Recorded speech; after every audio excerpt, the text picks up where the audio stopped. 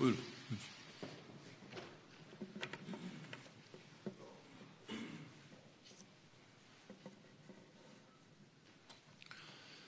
Kıymetli basın mensupları, çok değerli arkadaşlar, sizlere en kalbi duygularımla, saygıyla selamlıyorum. Türkiye-Azerbaycan Yüksek Düzeyli Stratejik Konsey toplantımızın 8.'sinde bugün Bakü'de bir araya geleceğiz. Azerbaycan'ı son olarak 15 Ekim tarihinde Türk Konseyi Zirvesi vesilesiyle ziyaret etmiştim. Değerli kardeşim Cumhurbaşkanı Sayın İlham Aliyev'i ise TANAP Avrupa bağlantısı açılış töreni için 30 Kasım'da Türkiye'de ağırladık. Sayın Aliyev ile farklı vesilelerle telefonda da görüşüyor, istişare ediyoruz. Malum bu arada Azerbaycan seçimlerini gerçekleştirdi. Bu ziyarette bütün bunları da değerlendirme imkanını bulacağız. Türkiye ile Azerbaycan arasındaki üst düzey ziyaret yoğunluğu, stratejik ortağımız Azerbaycan'la münasebetlerimizin geldiği seviyeyi de göstermesi bakımından büyük önem arz ediyor. Bugüne kadarki konsey toplantılarında aldığımız kararlarla TANAP ve Bakü-Tiflis-Kars Demiryolu projesi gibi stratejik projeleri hayata geçirdik. Azerbaycan ile 2019 yılında şöyle bir ticaret hacmimize baktığımız zaman bir önceki yıla göre %25 oranında artarak 4,4 milyar doları buldu. Ancak halen 2015 yılında yakaladığımız 5 milyar dolar seviyesinin gerisindeyiz. İkili ticaretimizi 2023 yılına kadar 15 milyar dolara çıkarmayı hedefliyoruz. Bugünkü konsey toplantısı vesilesiyle tercihli ticaret anlaşmasını imzalayarak bu hedef doğrultusunda tarihi bir adım atacağız. Ülkemizin Azerbaycan'daki doğrudan yatırımlarına baktığımız zaman 11 milyar doları buluyor. Azerbaycan'ın Türkiye'deki yatırımlarının ise bu yıl sonunda 20 milyar dolara yaklaşacağını düşünüyoruz. Türk müteahhitlik firmaları bugüne kadar Azerbaycan'da 14,2 milyar dolar değerinde toplam 414 proje üstlendiler. Bundan sonra da Azerbaycan'ın imar ve kalkınmasına katkı sunmaya devam edeceğiz. Aynı şekilde savunma sanayi alanında işbirliğimiz günden güne Azerbaycan'la artıyor. Rahmetli Haydar Aliyev'in tek millet iki devlet sözleriyle tanımladığı ikili münasebetlerimizi inşallah yeni anlaşmalarla her alanda güçlendireceğiz. Ziyaretimin ülkelerimiz ve bölgemiz için hayırlara vesile olmasını temenni ediyorum. Serkan Kaya, NTV. Efendim, hafta sonu yapmış olduğunuz görüşmede Sayın Putin'le olan konuşmanız sonrasında yeni bir yol haritasının belirlendiğini söylemiştiniz. O görüşme sonrasında sahada değişiklikler oldu mu ya da siz önümüzdeki günlerde ne gibi değişiklikler bekliyorsunuz? Teşekkür ederim.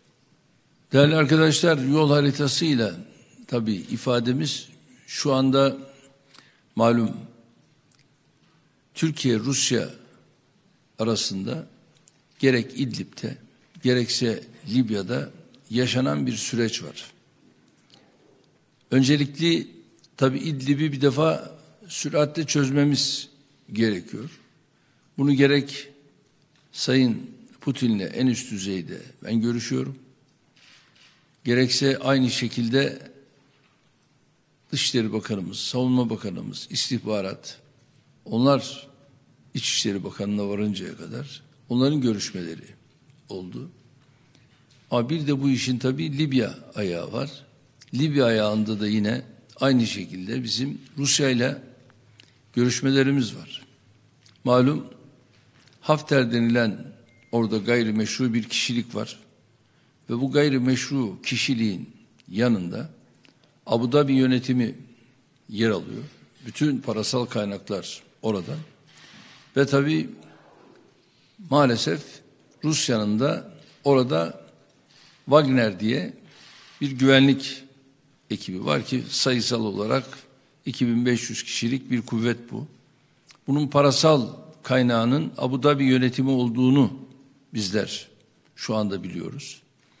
Tabii bunun dışında yine Hafter'e Sudan'dan, değişik yerlerden ayrıca destekler var ki bu destekler 10.000'in üzerinde. Böyle bir durum var. Bütün bunların değerlendirmesini Türkiye olarak biz Rusya ile yürütüyoruz. Ve bu vesileyle de tabii Sayın Putin'le en üst düzeyde zaman zaman bu görüşmeleri yaparak yol haritamıza nerede ne tür eksikler var bunları değerlendirme bakımından devam ediyoruz. İşte bakıyorsunuz işte bütün Rusya rejim güçlerine en üst düzeyde desteği veriyor. Hava kuvvetleri noktasından desteğini veriyor. Bunun tespitleri elimizde. Her ne kadar inkar etseler de bu tespit bizde var. Dolayısıyla bizim burada 911 kilometre sınırımız varken biz böyle bir mücadelenin içerisinde olmayacağız. Onlar mı olacak? Biz bu mücadelenin içerisinde olmaya mecbur değil, mahkumuz. Aynı şekilde bütün bu tacizler, bütün bu sınırımıza olan yüklenmeler, bunu neyle izah edeceğiz? Şu anda 1 milyonu aşan 2 hatta 3 milyona varan eğer bizim sınırlarımıza doğru bir yüklenme varsa buna eli bağlı mı duracağız? Nitekim şu anda 3,5-4 milyon Suriyeli bizim ülkemizde. Bu konuda hiçbir ülkenin kalkıp da bir duyarlılık Batı dünyasında filan gösterdiği yok. Ama biz insani, vicdani her türlü değer yargılarını göz önüne alarak bu değerlendirmeyi yapıyoruz ve ben bunları da zaten Sayın Putin'le çok açık net devamlı paylaştım. Moskova'daki görüşmelerde arkadaşlarım aynı şekilde paylaştılar. Bundan sonraki süreçte de yine aynı şekilde buna devam edeceğiz. Çimen Çetin, Habertürk Televizyonu. Efendim hafta sonu yoğun bir telefon diplomasiniz vardı. Merkel'le, Macron'la ve Putin'le görüştünüz. Dörtlü bir zirve kararı çıktı. Bu zirvenin tarihi ve yeri netleşti mi?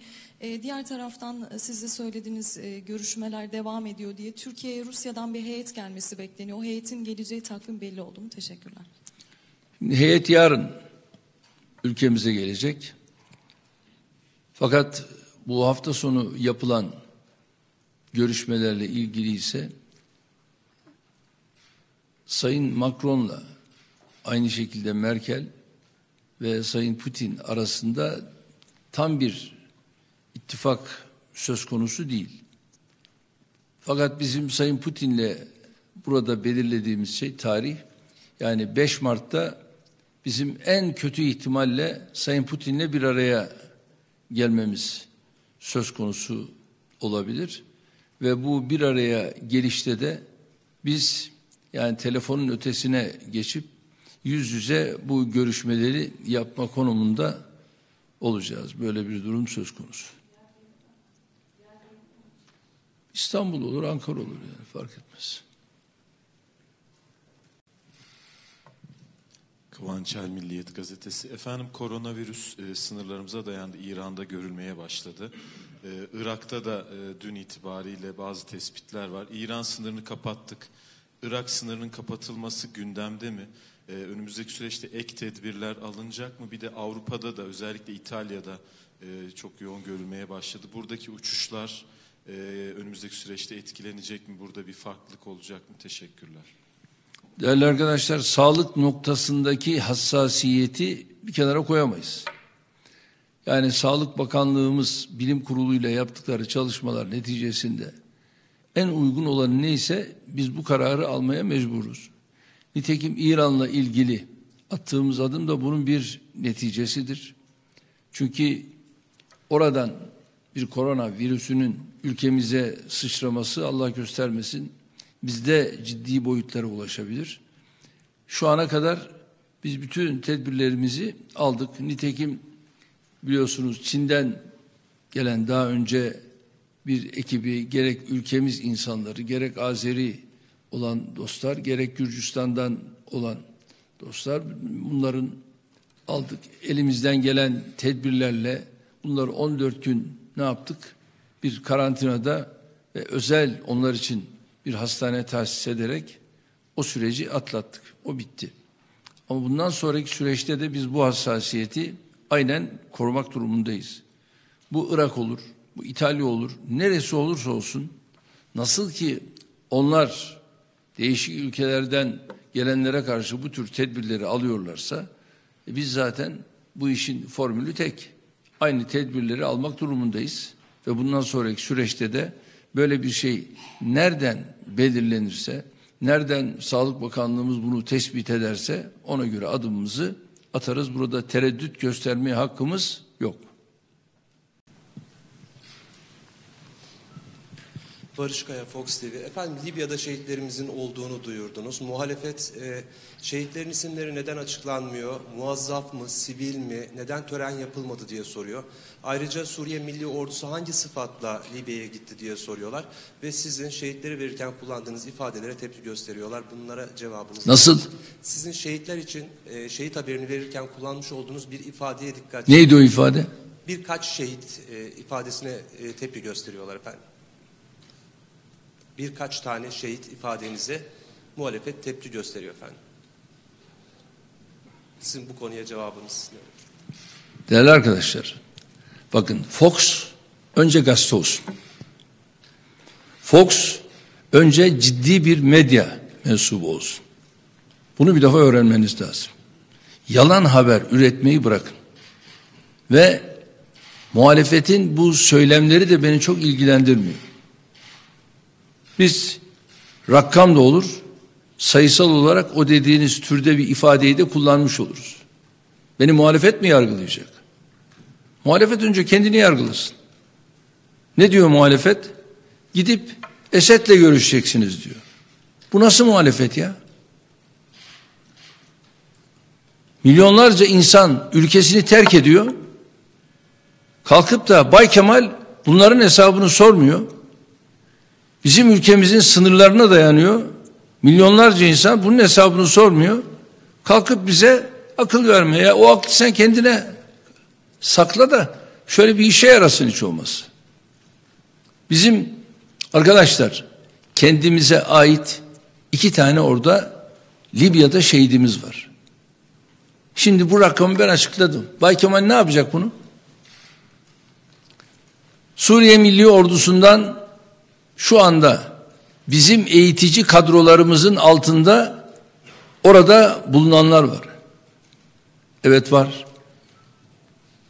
Yine Bay Kemal şunu da sorsun ya, Hafter'in yanında Wagner'in ne işi var?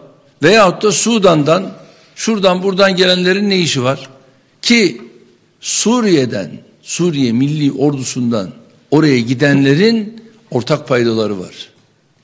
Ve o ortak paydalar çerçevesinde onlar Libya'da bulunuyorlar. Kiminle beraber? Şu anda Suriye'de bizimle beraber mi bunlar? Bizimle beraber. Bizimle beraber olan bu kardeşlerimiz orada da beraber olmayı kendileri için şeref telakki ediyorlar. Ve oraya gidişlerinin bir manevi boyutu da ayrıca var. Ama bundan Bay Kemal anlamaz.